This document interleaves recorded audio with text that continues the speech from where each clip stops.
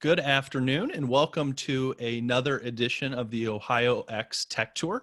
I'm your host, Chris Berry, president of OhioX, and this is the seventh stop in a 10-week series visiting cities all across Ohio. Of course, we're completely virtual for this because of COVID, but this has been a fantastic tour where we've been across Ohio, hearing from cities big and small and everything in between about the great technology and innovation work happening across the Buckeye State. Today, we're joined by four leaders in tech innovation, public policy spaces from Toledo, Ohio. And we're really excited to dig in more, see what's happening in Northwest Ohio, what we can learn, and maybe even get some fun tips of when we're back in person and we're able to visit where we might be able to meet up for a nice coffee or a bite to eat. But before we begin, I wanted to thank our tour's sponsor. HMB helps mid-market companies and governments innovate and grow using cloud platforms and automation. HMB believes you don't have to have a bottomless IT budget to reach your full potential. For more information on HMB, you can visit their website at hmbnet.com, and thank you to their sponsorship. These events are possible. OhioX is a nonprofit, and so their help has been tremendous. So hmbnet.com. Before I start doing a quick introduction of everyone, as I mentioned, this is a statewide tour. So we have 10 of these going on.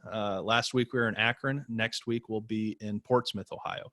So we're in Northwest Ohio today. Last week we were in Northeast Ohio. Next week we'll be in Southern Ohio. And what we hope is that people joining this, whether they're watching it now, watching a recording of it later, they can learn. And so what we've seen are people probably joining us from Toledo today, but also from elsewhere across the state, people in Southwest Ohio, Southeast Ohio, Northeast Ohio. And hopefully it's a great opportunity to better connect our cities, better connect our ecosystems, and lead to a more technologically and innovative Ohio that really boosts our economy and creates opportunities for all Ohioans. To start, I'll do a quick intro before we really hop into things. First up is Keith Instone. He's the founder of Dexterity User Experience. He spent years working in the private sector, spent some time at IBM.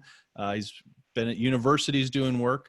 He is also, if anyone doesn't know him, the biggest user experience UX fan that I've ever met.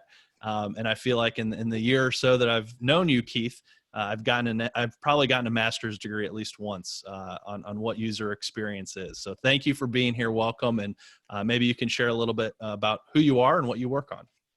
Yeah, thanks, Chris. Yeah, I'll send you information on how to get an official master's from Kent State when we're done. So my name's Keith Instone. I do user experience consulting.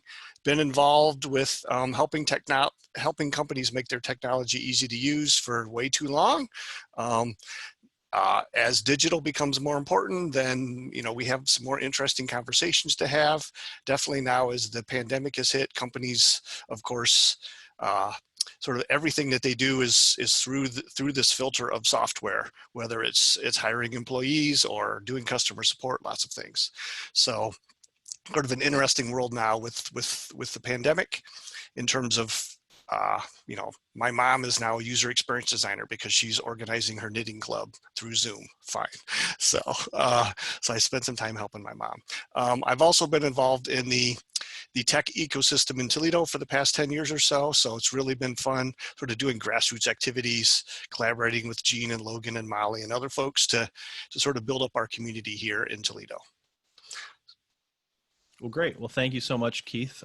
Interested to hear more about, because I know you've spent time, as you mentioned, not just in Toledo, but you've been working with technology communities and ecosystems all over, especially within your area, UX, but then in other work too. So interested in hearing more about that in a little bit. But next up is Gene Powell. Gene is the president of Spoke, a Toledo-based digital agency specializing in online branding, usability, and findability. Gene's also the co-founder of Startup Toledo and Seed Co-working. Gene, thanks for being here. Thanks for having me, Chris. Yeah, great to be here. I think you covered it. President and Chief Creative Officer of Spoke. We're a branding, web, and design agency, and have had the pleasure of working with Keith on some neat projects over the years, and have gotten to know Logan and Molly in the course of those years too, and just kind of helping build out our our entrepreneurial ecosystem, and so forth. And then, yeah, you touched on Seed Co-working. So I'm co-founder of that with two partners. We're located in the Warehouse District in downtown Toledo. And I'm sure we'll touch on that through the course of this call. So again, thanks for having me. Yeah, thank you so much, Gene. Molly Reams Thompson, who's co-founder of Perrysburg Energy Solutions. Perrysburg Energy is a full-service LED lighting company that utilizes an approach to improve a company's bottom line. She spent time on the West Coast before returning to Toledo, and also has spent time working at universities, doing some work at the University of Toledo. So Molly, thanks for being here. Yeah, thanks, Chris, for having me. To kind of echo Keith and Gene's sentiments so far, one thing that's really great about Toledo is that we are small but mighty. So I've had the pleasure of traveling in the auras and the circles of Keith and Gene and Logan and all of their teams.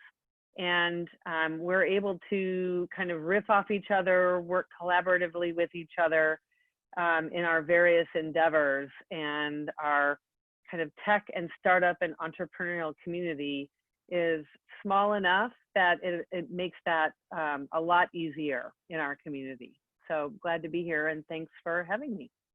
Well, thank you, Molly. And finally is Logan Sander. Logan is co-founder and editor at Midstory. Midstory is dedicated to retain, cultivate, and attract youth in the public to post-industrial cities, beginning with Toledo, through creative storytelling and solutions-oriented projects.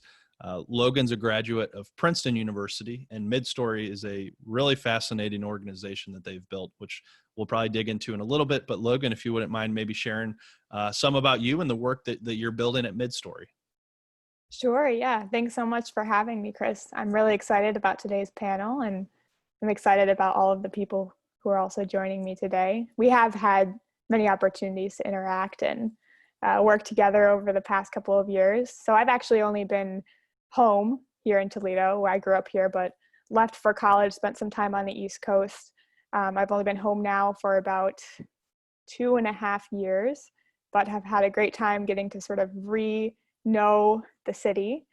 But I graduated with a degree in comparative literature with a minor in Chinese language and culture. So not exactly your typical tech and innovation specialist here, but maybe I can bring some perspective from that a little bit. But I teamed up with 3 other young people who had sort of recently graduated. Some had been working for a while, who were all out on the East Coast, some in Boston, some in the New York area. And we all sort of came to a crossroads in our life and decided to head back home and wanted to give something back to the community that raised us. So that's really what drew me home as well. And we come from various different disciplines, all the way from, for me, comparative literature to public policy to architecture, as well as bioengineering. So there's a lot of disciplines there to balance out my lit degree a little bit. But Midstory has been chugging along for 2.5 years, and we've been doing that full time ever since we started back in 2018. Well, that's great. Well, thank you for sharing. And it is, I'm sure we'll get to it more in a bit, but it really is a fascinating story, especially as things like workforce attraction and developing talent. And I mean, what's better than having really talented kids, students that graduate high school and go get terrific degrees, experiences, but then decide to return home and help make an impact on the community they grew up in. So Logan, even though I don't come from a coder developer background either, but we probably have more in common than some of the others on here that do speak some of that language. But before we dive into some of the back and forth and some of our conversation today, I just sent a note in the chat feature where if people, as you're listening in, you hear something that piques an interest or you have a question or a follow-on, please feel free to send it there. I think the most fun we've had on some of our other visits across the state to other cities has been when attendees are throwing in questions or bringing up topics that they heard about. So feel free as we discuss, if you have questions, if you're interested in learning more about something one of our panelists said, by all means, send it there and we'll work it into the conversation. So please feel free, like that's a resource, and we'll get started. But to begin, And Keith, we can start with you and kind of go in the same order, but by all means, if anyone hears something, feel free to jump in and offer your opinion. But COVID-19, that is something that we're all dealing with, and in the matter of days, coming in from in March, we all shifted to working from home, and it's really changed business. People have started to, in some cases, go back into the office or have socially distanced meetings and doing it in smart, healthy ways. But for Toledo, for some, for people specifically, what has it been like? So Keith, for your work, 'cause I know you were traveling all over before some of this hit, and I'm sure you've been home now, but what's it been like with COVID-19 and your line of work?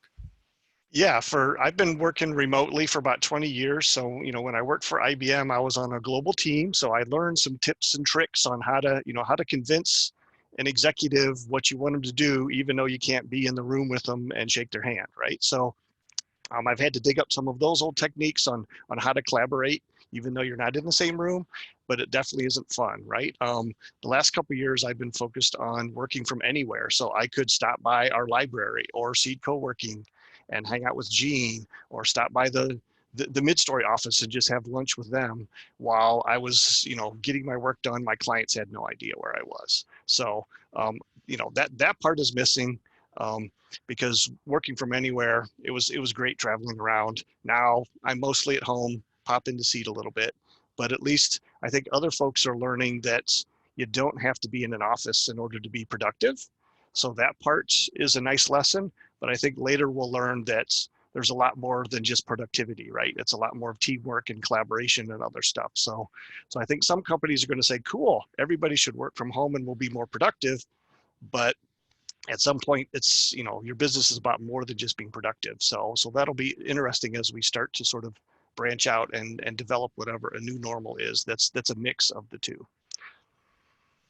Thank you, Keith. And Gina, since you own a co-working space, what it's been like and working in one of the comments that we just received, Mike from NBC 24, he said, how has COVID-19 affected what you do, and how can you use this as a means to help your business? And so what has COVID been like in your line of work, either with your one company, Spoke, or Seed Co-working? Yeah, so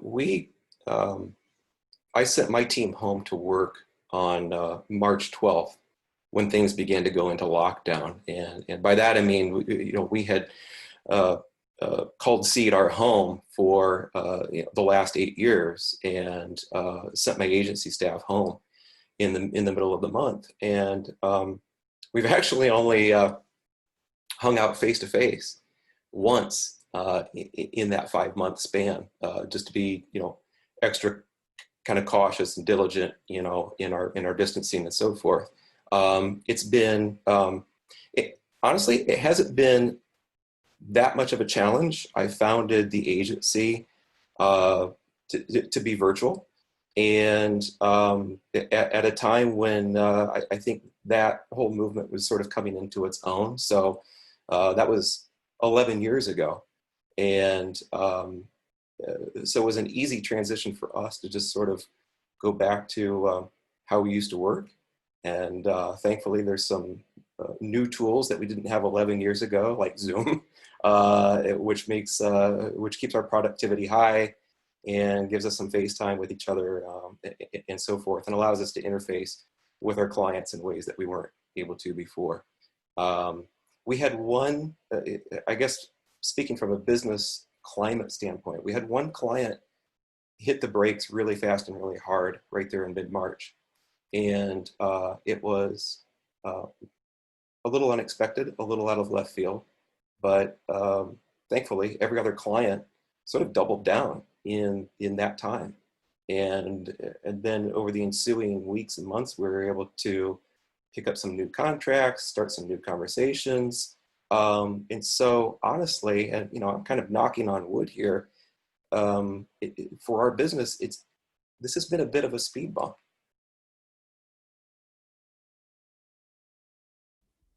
Thank you, Gene. One of the interesting things that, before we check in with Molly, with this tech tour, for instance, originally as we were planning to have this And I think historically, a lot of events like this are held in person, which makes a lot of sense. And we all want to go back to in-person events and programming. But what happens then is if we're, say, physically in Toledo today, doing it in a historical or traditional sense, there wouldn't be people from across the state hearing what's happening and hearing from our 4 guests today.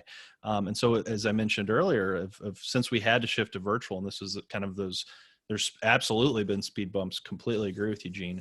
But there's also been some of those interesting opportunities that I think have come out of this. And because this has shifted and now people are willing to hop on things like Zooms and do virtual programming and virtual events, that, to me, that's fantastic. And that there are people from Columbus and people from Dayton and people from Youngstown, Cleveland, they're hearing about companies like yours and the expertise in this room and some of these new things like Midstory that don't exist in probably many other places at all. So there's been some of those interesting silver linings that have come out of it amidst all the challenges. But Molly, I'd be interested in your perspective and with your company and just what you're seeing.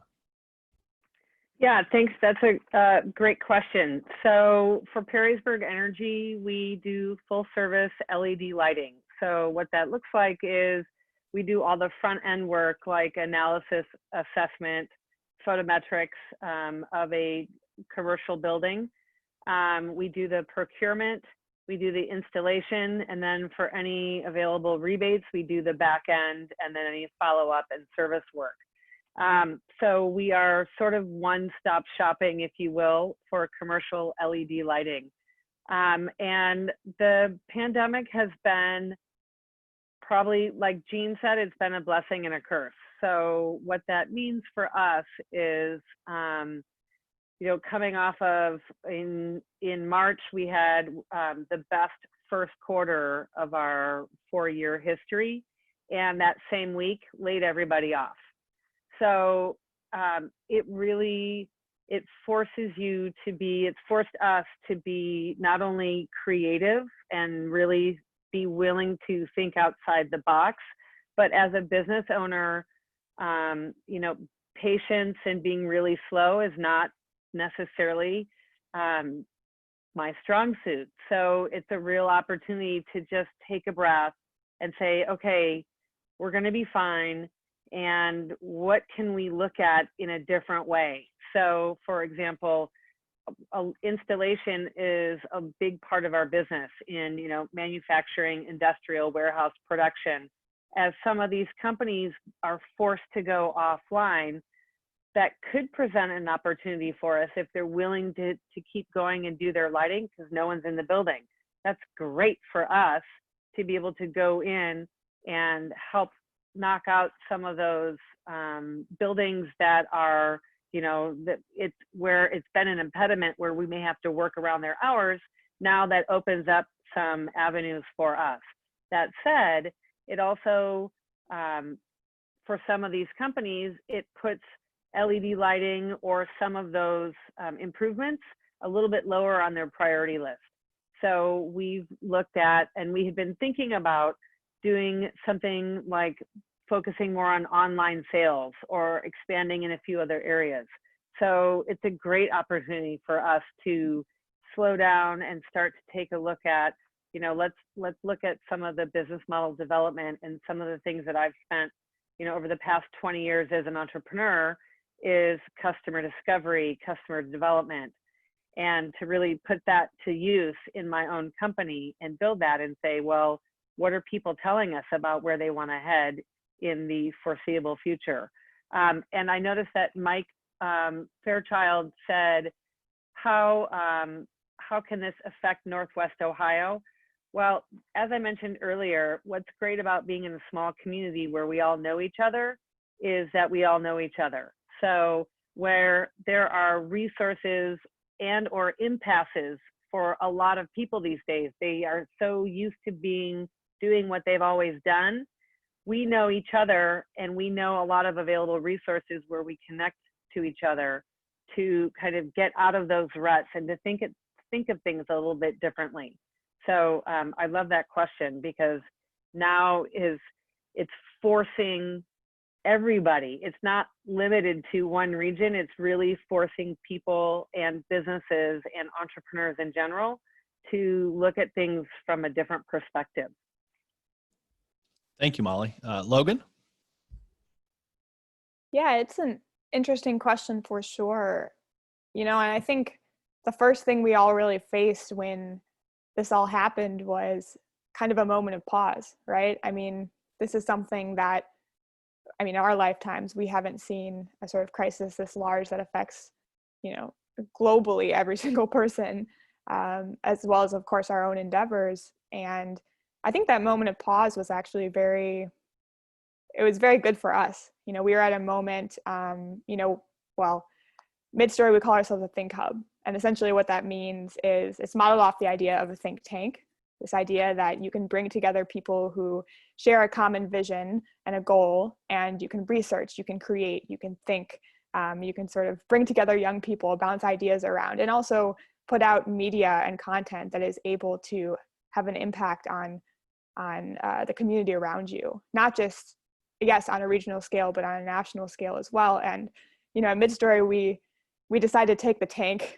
part out of the think tank and make it a hub because, we're obviously not working as much in a political realm, but more of a social and cultural realm for the region itself. But I say that because, on the ground, what we practically do on the day-to-day is, one, produce content, produce media.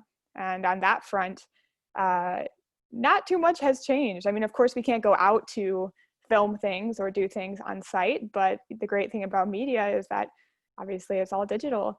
And so actually, in that sense, of course, we took a pause, rethought our content. We made a very swift turn to being able to inform and educate people on the issues facing them now, including COVID-19 and a lot of the sort of social unrest and other things that have been going on. So, we were able to create a new video podcast series, which we were able to do from our home. We were able to sort of pivot to sending out a newsletter because there was a lot of content, or some people that were not receiving content as well through social media. Actually, our engagement on social media tripled when the pandemic began because, as I'm sure in your experience as well, you see people turning to digital sources more and more often in terms of looking for that information and sort of inspiration during a time of crisis. Our newsletter, which we started right after the coronavirus pandemic began, we got 1,000 subscribers within that first couple of weeks, which was incredible. So we saw that our media in some ways was more important than ever. And the crisis really reinforced why we're doing what we're doing, to be able to continue not just to inform on the data, but also to interpret and to inspire, which I think makes us a little bit different than just a news agency or, other organizations, which are doing very important work, but I would say we fill a sort of different niche. Now, on the other hand, as a Think Hub, another thing we do is we bring people together. So one of our flagship programs actually was our summer internships, and we also have a high school program which we run and bring young people into the work that we're doing to sort of bring those fresh ideas to bounce back and forth.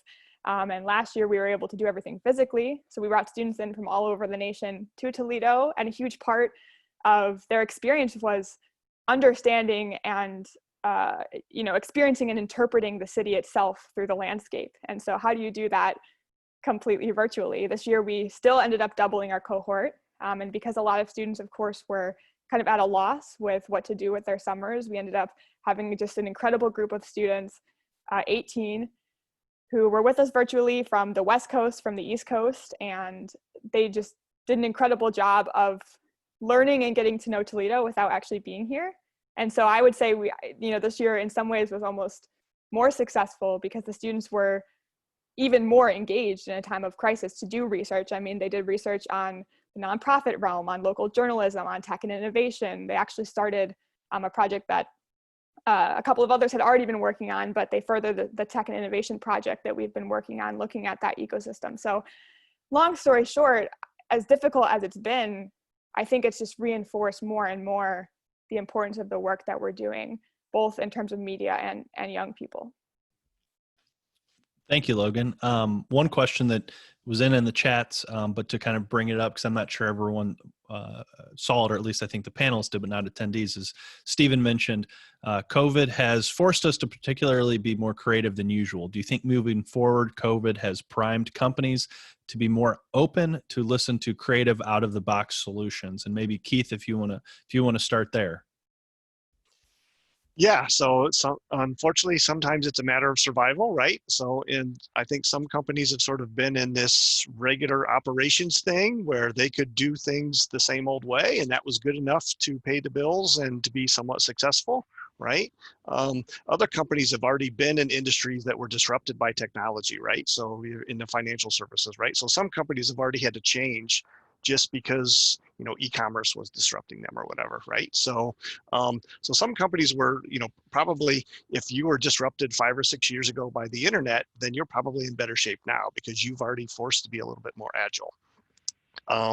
Some other companies that where this is their first sort of wake up call in the past 50 years or so, then it might be a little bit harder for them to adjust, but they're going to need to figure it out. Or again, there's lots of startups around that are trying to do new things. So even if one company fails, there'll probably be 5 more that pop up that try to fill the gap. So it sort of feels like a form of evolution or whatever, but it's definitely painful while you're doing it. So Thank you, Keith. Gene, I saw you type in something back.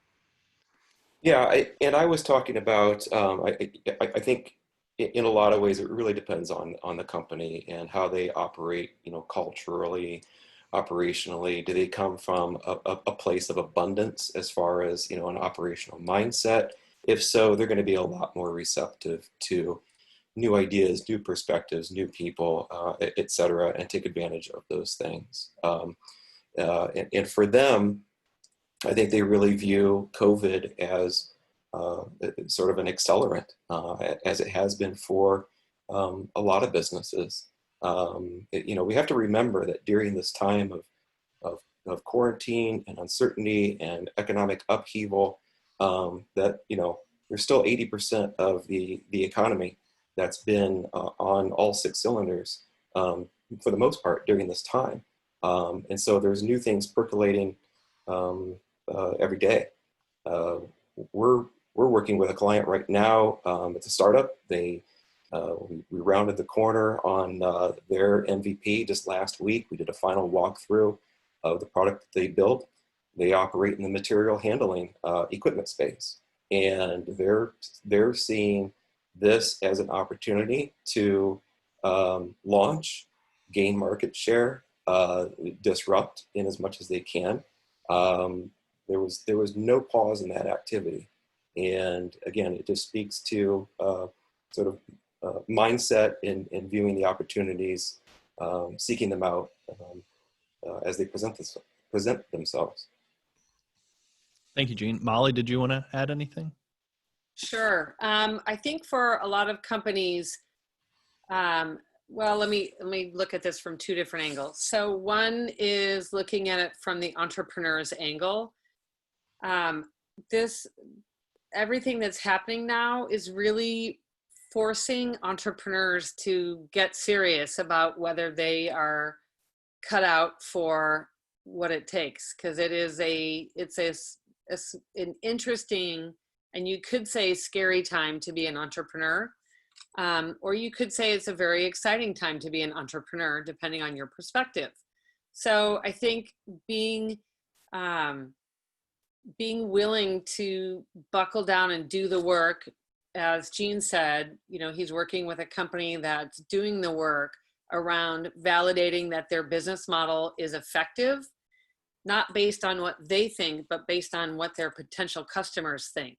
So being willing to get out of your own way and look at it from your potential customer's perspective is really important now more than ever, because a lot of people may not have the time or the patience or the bandwidth to devote resources in the way that they did previously.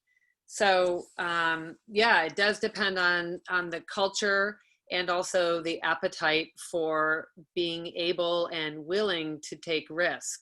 So from an entrepreneurial standpoint, that's, I think, a reflection of what COVID is going to mean. And from a company perspective, it really is, it's sort of similar, because a lot of companies are forced to reevaluate how they're doing business and to do it differently. So I think you kind of have to keep looking at the bigger picture and keep checking in with, you know, your customers. What are they thinking? Are they doing things the way they regularly do? Are they busier than ever? And how is that, you know, just really being able to ask questions and then listen to what they're telling you. Thanks, Molly. Logan, I'll take this as an opportunity to shift to another set of questions and conversation around workforce and talent, because as we're a technology and innovation focused organization, but for tech or innovation to happen, it comes from a place of incredibly talented professionals that are smart, are collaborative, are able to build things. The work you're doing at Midstory, part of it is to retain, cultivate, and attract younger populations to post-industrial cities. And you say beginning in Toledo, and just even the story of you and your other three co-founders, all Princeton and one MIT, I believe. So, I mean, what a coup for the city and the region of Toledo to bring that type of talent from some of the top schools in America. But what are you seeing in some of your work that either is happening in Toledo or that smart regions, smart cities, and I don't use that as a smart, 5G or kind of mobility, but what are the smart cities doing across the United States or world to attract some of that talent and get some of that youth back after they go to college out of state, or maybe they spend 5 or 10 years in really big coastal hubs. But COVID has been this really exceptional shift to bringing people back home for a lot of reasons: family, cheaper real estate. So curious your perspective and some of the things you're seeing in your work and opportunities for cities like Toledo and others. Yeah, that's very true. I mean, just in our experience, we've definitely seen a lot of our friends from the last 10 years or so who are off doing great things in larger urban hubs across the coast. They're returning home, whether reluctantly or not, but they're coming back. And I think, in some ways we take a little pride in saying, okay, hey, we were the first ones, way back then.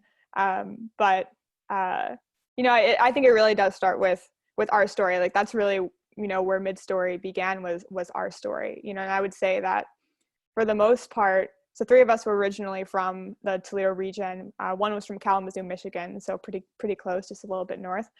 And we all left, which was the path that if you are someone who has ambitions in specific fields that maybe those fields aren't as developed here.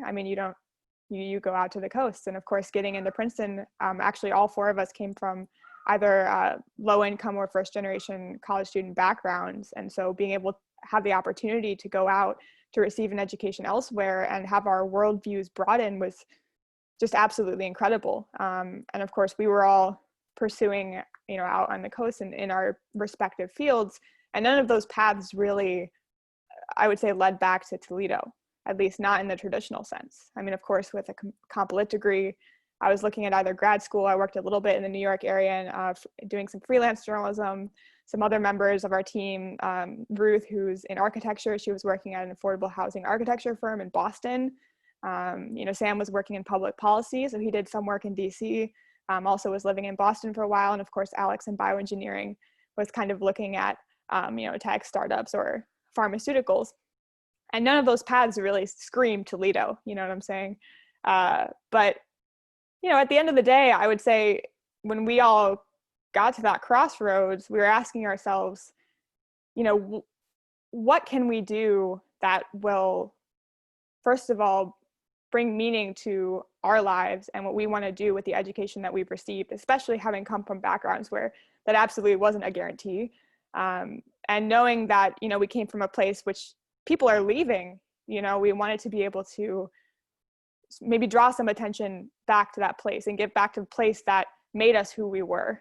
And for us, if we're going to ask ourselves where we're going to make the most impact, maybe we say this a lot, but maybe Boston doesn't need more architects, you know, maybe New York doesn't need more journalists, but maybe Toledo does. And maybe not just for being a journalist or being an architect, but what about the, you know, the framework of thought of an architect or of a journalist or of a policymaker? You know, how can we bring our expertise together to become a sort of hub for that? Now, on the end of talent retention, of course, you know, we were hoping we can just be the first wave of many young people who are returning home. But I think the key underlying understanding here is that, you know, we didn't come home because we thought Toledo is there yet, or because we thought that, you know, it's such an incredible city that I want to, you know, spend the rest of my life here and be immersed in the cultural scene and the social scene. And of course, you know, we have that in many respects. Sometimes it may be a little bit more hidden than, you know, Boston or New York, but that's not really why we came home. We came home because we saw the challenges, because we saw that, you know, there were struggles, you know, whether it's, I mean, Toledo has seen some of, you know, the greatest struggles, I would argue, even among the, you know, biggest 4 cities in Ohio in terms of depopulation, in terms of environment with the water crisis, in terms of even tech and innovation and being able to foster a sort of innovation scene or a startup and tech scene here. Of course, we are struggling, but we are hoping that for us, we can use those challenges as our capital. That the first step to being able to retain people is for people to have, especially young people, to have a desire and a motivation to make an impact. You know, for us, we might not be working directly on like job creation or economics, but we're working on that side of things that people have a reason to want to come to a place like Toledo. And with COVID-19, remote work, as you know, has been talked about in the previous panels, as well as a little bit even here. I mean, we talk about remote work all the time. Now it's a reality, but people, especially young people in my experience, are moving to places not just for the job, but they're moving because they want to live their life in that city. They want to foster connections. They want to, you know, delve into a cultural scene or an art scene or a city identity or, you know, a burgeoning social justice scene. I mean, why do you move to Boston? Why do you move to New York? You know, it's not always just for that job. So for us, the question is, what is that for Toledo? You know, and that's really what we're trying to foster here is we're not, you know, we can't be afraid of tackling our challenges, talking about the challenges, because for us, that was what brought us home. You know, it's not just pretending that everything's great. I think our challenges can be our greatest capital, especially for retaining and attracting young people. And that's been our experience. I mean, after our summer programs last year, we saw a huge increase in their, even, you know, only 9 students, but their likelihood to look for jobs in the Toledo area. And that is students who are from Harvard, students who are from Princeton, from Yale, who are saying, after this experience, after being exposed to all of Toledo's challenges and working and researching and creating to inform and educate about those challenges, I'm much more likely to choose this place potentially as a future home. For us, 1 person, 2 people is a win, really. You know, of course, our goals are much bigger, but 18 students this year from all across the coasts, just spending their entire summer dedicated to bettering our region, for us, that's a beginning. So I don't know if that answers your question quite, but. No, thank you, Logan. That was great. Thank you for sharing that.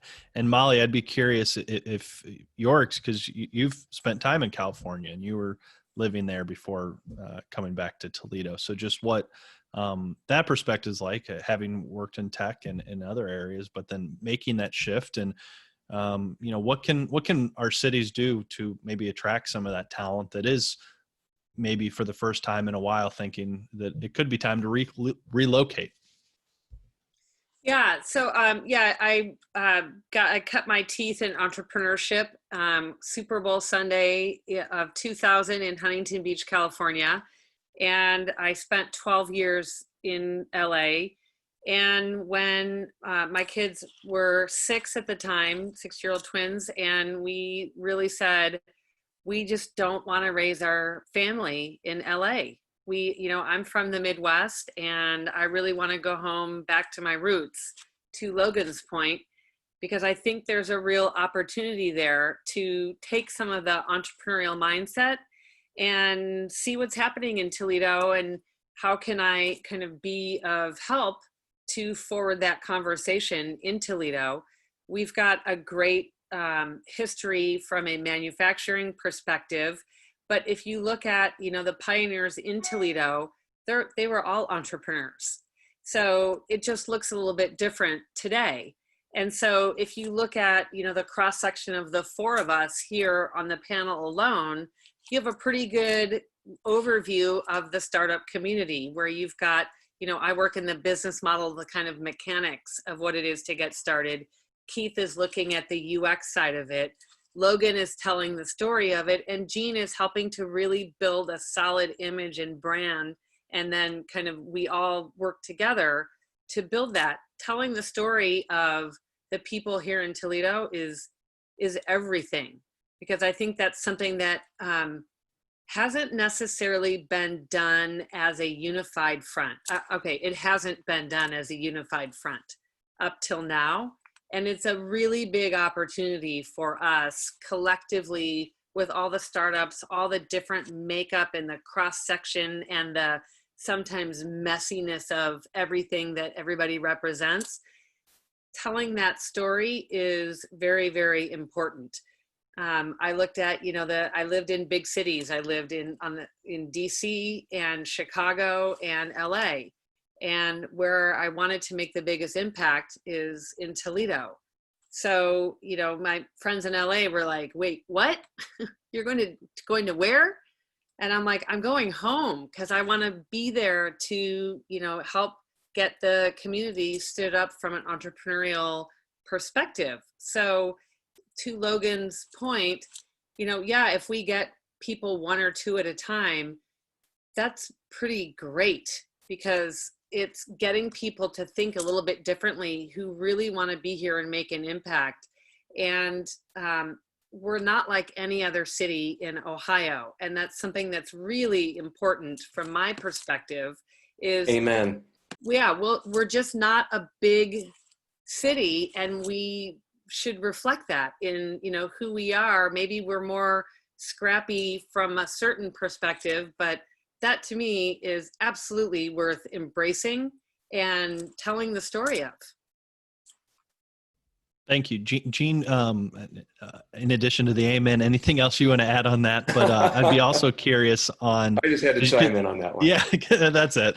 But you've been, you know, as a co-founder of Startup Toledo, so you've been in the tech space for some time, and I'm sure with Seed Co-working, you have an absolute interesting view of just the cross section of what's being built, what's happening, what tomorrow can look like. So perhaps from that the perspective you have from both, you know, the work in organizing and the work in building, what you're seeing, and then what might that suggest for tomorrow?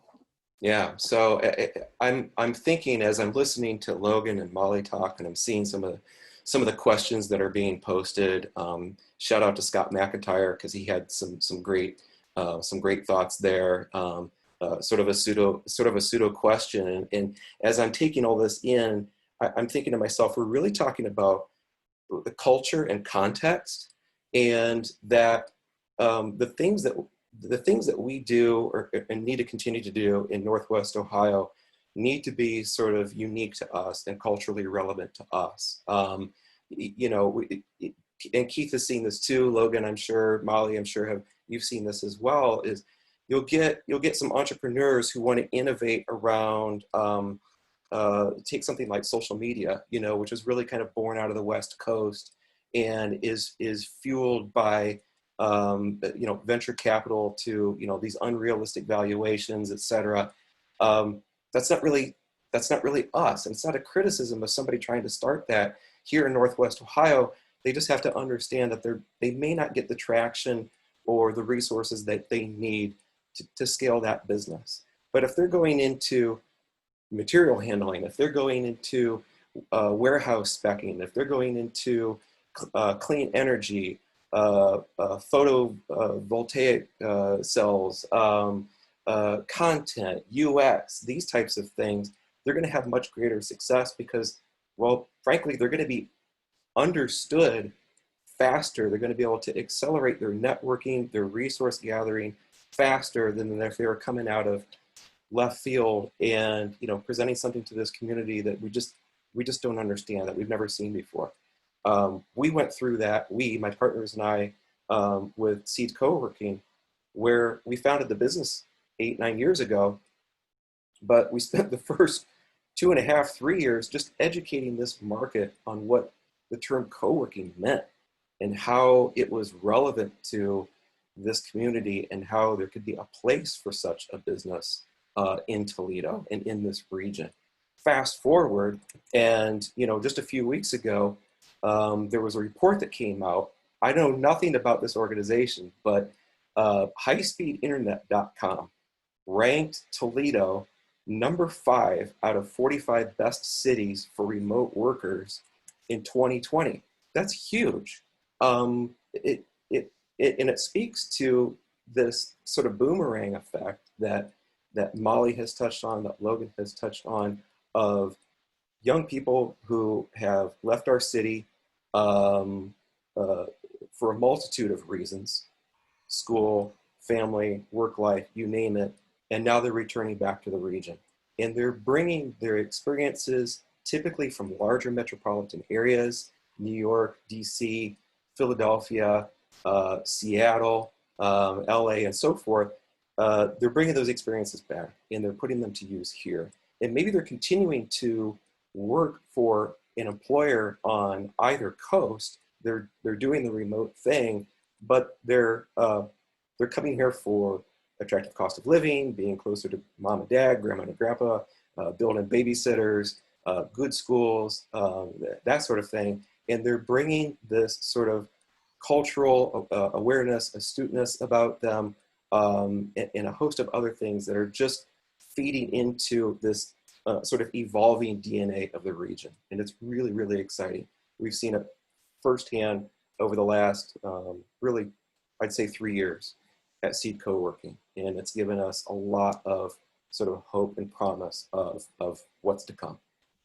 Thank you, Gene. Keith, curious your thoughts, but also maybe an interesting opportunity that something that I'm sure everyone from Toledo knows because it's part of life, but you're closer to Michigan and Detroit and Ann Arbor than a lot of other Ohio cities, whether it's Cleveland or Columbus. And so, which Ann Arbor has such an interesting tech scene that's been built over the past few years because the University of Michigan, and Detroit has had a really interesting group of business leaders and venture capitalists that have tried to attract development and new venture and entrepreneurship in Detroit. But curious your perspectives on this conversation, and also, what's it like being so close to a couple communities just over the border that have gotten a ton of headlines in some of this space for their work? Yeah, we definitely try to take advantage of it. We've tried to encourage people to go up to Ann Arbor to meet new folks, go up to Detroit because they're having, a pitch competition, right? So take your company up to Detroit if you need to, right? Make lots of connections. But at the same time, we're also trying to contribute a little bit to it, right? So sometimes we tease folks like we're a suburb of Detroit, but then I go up to Detroit and I tease them that they're a suburb of us, right? So when we go, we try to not just take, but we also try to bring something new to the table, right? So it's like, oh, and here's something, we're doing something in automotive, but we're doing it a little bit differently, right? So that we don't just go to Detroit and just listen in, but we're also bringing something with us, right? So that's part of our culture here. When I talk to people from around the world that understand what college football is, I explain that Toledo is the only place in the world where you can buy a flag that's half University of Michigan, half Ohio State, right? So again, culturally, that's part of who we are. I grew up watching Don Cherry on TV. So again, I follow Canadian hockey just as much as I follow the Blue Jackets, right? So again, that's part of who we are. That's part of the story that we have to tell. Some people might say, don't go to Michigan, you have to be an Ohio-based company. For us, it's what works best for us. So we will take advantage of that Ohio border when it makes sense, but we also need to blur it because a lot of the companies that do business, they will easily set up part of their operations in Michigan that's basically a suburb, and we still invite them to come and hang out in downtown Toledo just because they're hiring for people across the border. Thank you, Keith. Yeah, please, Molly. So just to kind of hitchhike a little bit on what Keith is sharing, it is so important. I have talked to startups and work with startups all across the country. I think it's really helpful to look at what works really well in those other communities, but to be informed by it. Don't just take it as it worked in North Carolina for fintech, we should do that here. We don't know that yet. It's taking the best practices, if you will, or what works well for them, and then applying it here, but testing it out, kind of like you do as a startup. If you look from a business model development standpoint and take a look and say, would that work here? Not just assume that it does. So, what works in Ann Arbor, because that's a big college town, might not work in Toledo, which is more of a blue collar manufacturing town, even though we're so close. Same as Detroit, even though that's more of a, automotive town, maybe it works here, maybe it doesn't. But taking the concepts and be willing to test that out to say, okay, well, can we find at least part of what works there and bring that here? And it's that the willingness to kind of test something out, a concept, and a willingness to find out, no, it's not going to work, as well as the willingness that, that could work really well here. So that's, I think, something that's really, really important. So to kind of measure and test against ourselves as a community, not against other communities out there. Logan, did you want to hop in? Yeah, I'll just hop on real quick. I definitely agree with what was being shared because, we're so close to so many other cities. When I think about Toledo's history, when Toledo was first founded, we were supposed to be the future great city of the world, surpassing New York. At one point, our population was bigger than Detroit, bigger than Chicago, because of our prime location in terms of transportation and so many different, and of course, manufacturing. And as you see the progression of cities, as we look at like what's surrounding Toledo, of course, you have the three big C's. So Toledo's like the forgotten child. But we also, like you mentioned, have Detroit, we have Ann Arbor, even Fort Wayne, and all these cities have sort of already begun to redefine that sort of post-industrial identity in a way that, can foster innovation, that they can sort of embrace their roots, maybe rather than, looking down upon them or trying to get past them. A lot of people in the chat just now were talking about, do we need to compete with the larger cities, right? Do we need to compete with New York City or LA? And I think the answer is no. We're not in New York City, we're not in LA, we're at Toledo. But the question then is, what is Toledo?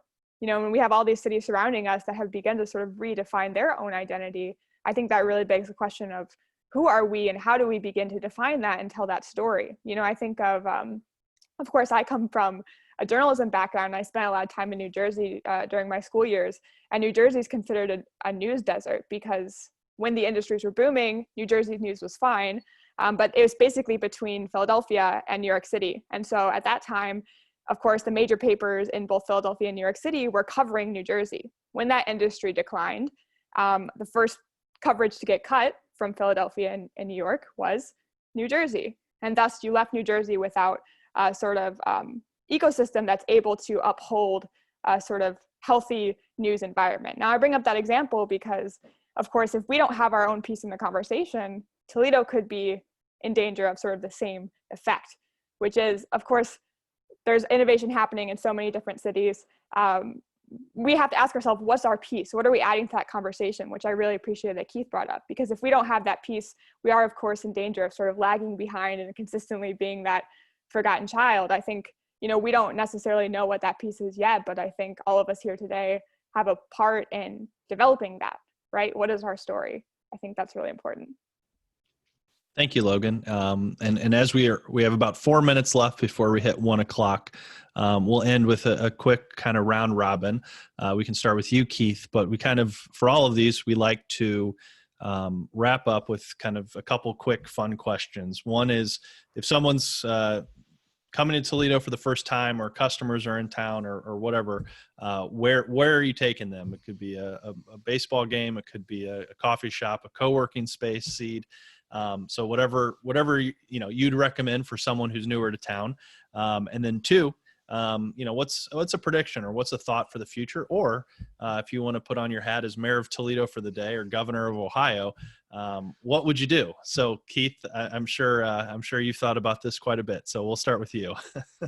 So when it comes to food, Toledo's most famous for Pacos, Tony Pacos from MASH, right? So we definitely, we have people come to town and they want to try a Hungarian hot dog with chili on it and buy a t-shirt. So we make sure we do that. And as we were building our tech community, we purposely did events at Pacos simply for that reason, because that was part of our shared culture. Nowadays, or the next time we have a hackathon and you come to visit, whenever that may be, we will have Balance Grill cater it for us. So they're a Pan-Asian fusion type fast casual restaurant that is innovative in their own ways. They're figuring out how to grow fresh food above the restaurant in downtown Toledo, right? So we have this innovative food company that's what we feature, because they're actually active in our innovation ecosystem. So of course we have to eat balanced food whenever we're having a hackathon. In terms of if you make me mayor for the day, of course, it will be getting everybody to focus on what are these experiences that we're designing. We have all this technology, for better for worse, that's sitting between us and our employees and our customers and our loved ones. So how do we make sure that technology actually improves things, that makes us better as human beings and not just as robots pushing buttons on a keyboard? Thank you, Keith. Gene? Well, this is a tough one. So, I would have to say that there's a laundry list of usual suspects that people will rattle off when they ask the question, where would you take somebody who was from out of town? And I could dive into that. I think the one that comes to mind, honestly, our amazing Metro Park system. We have incredible natural resources here in Northwest Ohio. And I think you have to see it to believe it, quite honestly. And so with that, I think our future sort of innovation and contribution can be around, or will be around, water and natural resources. And there's a lot of interesting work that's being done around conservation, around the health of our water and river streams and lake region and so on. And it's we're past due, but I think we're making up for lost ground right now. And it's going to be, I think it's an opportunity for us to really lead the world in finding solutions to those challenges. Thank you, Gene. Molly? Having grown up in the arts, I'd be remiss if I didn't say that the Art Museum has to be kind of a no-brainer stop for people who aren't familiar, because we do have one of the top 5 or 10 collections in the country, and it's pretty impressive. We're doing some things that are way under the radar, and we have one of the most talented directors anywhere who recently came back. So that said, on the way to the Art Museum or leaving from the Art Museum, I would either take them to Kengo Sushi if it's in the evening, or if it's on a Saturday morning, without question, I would take them to the Toledo Farmers Market. It is a really amazing cross-section of extremely solid people. And if you want to kind of see the conversation and see what's happening in Toledo, the Farmers Market is a great place to do that. I've done 3 food tech startups, 2 that I worked on as a founder. And so I got to know a lot of people. And if you really want to find out some of the cool stuff that's happening, that's a really, really good place to start.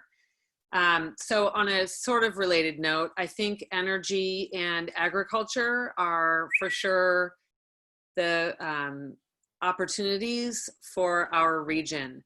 And I think being informed by what's happening in other regions, like what works well in the tech and innovation communities, and taking the model for what works well, not necessarily those ideas, and then getting boots on the ground with people like the 4 of us. And then there are so many resources available in Toledo. And in fact, Keith and I worked on a roadmap a couple years ago. Actually, that was maybe more than a couple years ago, but to really kind of help to connect the dots in Toledo from, food, from arts, from tech perspectives, and really have something that is available to all, because Toledo does events and lots of events really, really well. And so getting people and just keep working at how do we unify that voice and that conversation, and be willing to kind of test what works best for us is pointing us on a path for success going forward. Thank you, Molly. Logan? Yeah, I would definitely echo all of the recommendations given by the other three panelists. And I guess I would also just add that, we have to be willing to also look past, I would say, some of the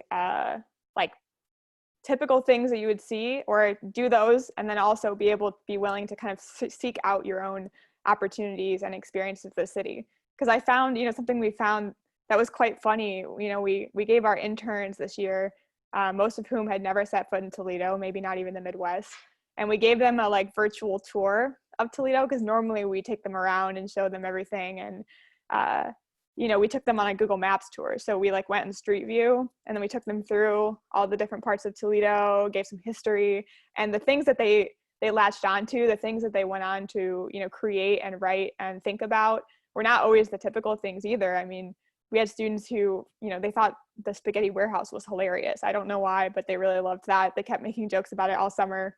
But they also, wrote about a hole in the wall immigrant-owned restaurant. And there's just an incredible story behind that, otherwise we probably never would have found. I mean, even growing up here, there's so much we miss. And so I think seeking out those opportunities is really important in a place like Toledo, where you may not always have the glitz and the glam, or even the sort of gritty aesthetic that you see in coffee shops with the, metal bars in the ceiling and brick walls crumbling.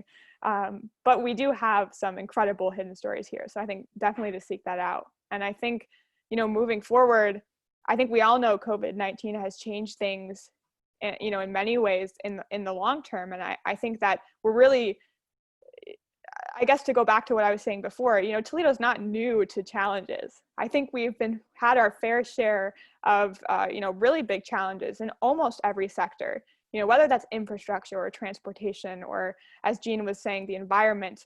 And this is another challenge. And I think that this is also can be a huge opportunity. If we can take these challenges, if we can face them head on, if we can talk about them, think about them, all these young people who are coming home, although I don't know if it's a permanent solution, but I would say now is a moment for sure. It's a moment.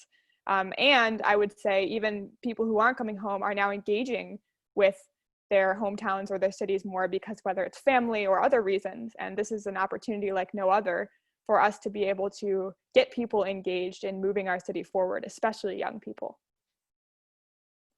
Well, thank you, Logan. And that's a good wrapping point for our conversation today. So thank you to everyone who joined and who turned out. And thank you to our four panelists for sharing your stories and your perspectives and work. So thank you very much. Finally, I want to thank HMB, our sponsor for this Tech Tour series, and their help and support has made these possible, and these fun conversations that we're learning so much about places like Toledo. Next week, we'll be in Portsmouth, so Southern Ohio, right on the Ohio River. If people are interested in learning more, you can go to ohiox.org/tech tour to find about that. And we'll also post this video online at our YouTube page and on our website for anyone who might want to share it. So thank you to everyone for being on. Keith, Jean, Molly, Logan, and others, especially in the chat. It was really great today. So thanks for doing it, and it was great to be in Toledo. And hopefully next year we can do some of this in person as well. So thank you, everyone, and have a great day. Thanks so much, Thank Chris. you. Bye, all. Everybody. Bye.